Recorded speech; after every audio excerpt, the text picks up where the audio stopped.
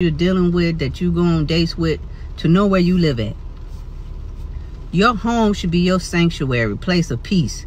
A lot of these men that's out here now, they're not dating you for a commitment, for a real relationship or marriage. They dating for sport. That's why everything is so temporary. It's a sport to them. You understand? You allowing them to control a narrative. Stop allowing these men to control the narrative when it comes to dealing with you. I don't allow men that I date or I'm dealing with to know where I live at. They're not that invested, in my opinion, to even know that most intimate part of me, because to be honest with you, it's really about safety too. Not only is it about being able to control the narrative when dealing with these men, but it's a safety issue too. You know, a man will stalk you. He could be dealing with 4 or 5 other women, but because you're not going along to get along and you're not playing the game, because like I said, this dating situation out here is for sport for a lot of these men. It's just a sport. But if you're not going along to get along or going on with his program, he gonna stalk you. Can't no man stalk me because they don't know where I live at. I dated a man. I was dealing with a man for 4 years. He never knew where I lived. We would go out. We would have a good time. I've been to his house. He had a beautiful home. I loved his dog, everything. But I felt like he had a lot of issues to work through. And he just, to me, in my opinion, because he didn't want to work through his issues, he couldn't be that invested in me. So instead of putting my all into opening my personal life to him, I stayed a mystery. And he would bring it up sometimes, but, you know, it is what it is. A lot of these men want to control how they deal with you. Stop allowing these men to control the narrative when it comes to dating. Savannah, I'm not, and this post is not for you, okay? Because there's always some female on here talking about, oh, well, women need to make better choices and pick better men. My man this, my man that. If you got a good man, I'll just be honest with you. Happy couples are not on this app. Happy couples don't post like that. It's only the ones that need to prove something to somebody else who's in all actuality, a lot of those women are getting cheated on. The ones that say, well, you need to make better choice. My man, this, my man. I didn't see your man and had another broad in the car with him. I didn't see your man with another female. Most of the couples that are on here always posting saying, oh, marriage works, this and that.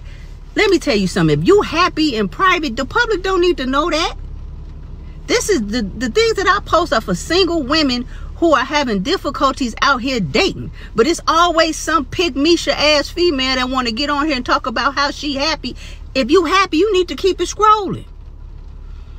Majority of the couples that I know that overshare and post their personal life, everything they do with their significant other, they going through hell behind closed doors off this app.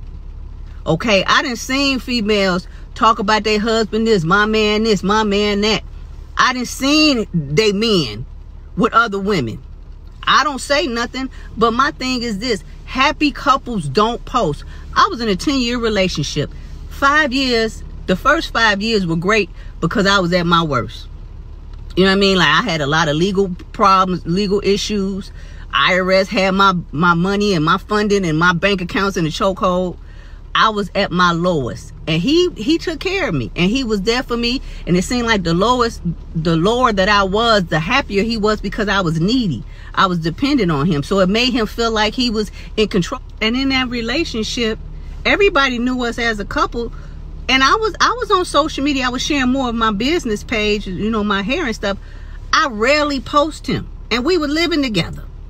You understand what I'm saying? Like I said, the first 5 years were great because I had somebody that I could depend on, and I felt like he was more in control of that relationship because I was dependent on him. But even still, even though everybody in the public knew about us, I didn't overshare my private life with him. And it's a lot of times women who are in relationships, happy women are not trying to expose their happiness to the world. It's certain things that you need to keep private. So as far as dating, women who are single out here dating, stop allowing these men to control the narrative when dealing with you. Stop allowing them to know where you live.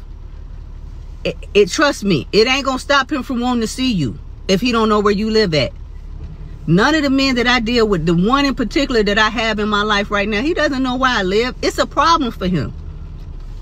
But until I feel like he's that invested in me, where I can trust him enough to open my home to him, he ain't gonna never know where I live at. You ain't gonna control, you not gonna control this narrative when it comes to me. I've had followers tell me that she been stalked by a guy that she was dealing with that she no longer interacts with. He driving by her house and all of that. I mean, she live in Houston. I'm like, man, don't y'all get open carry?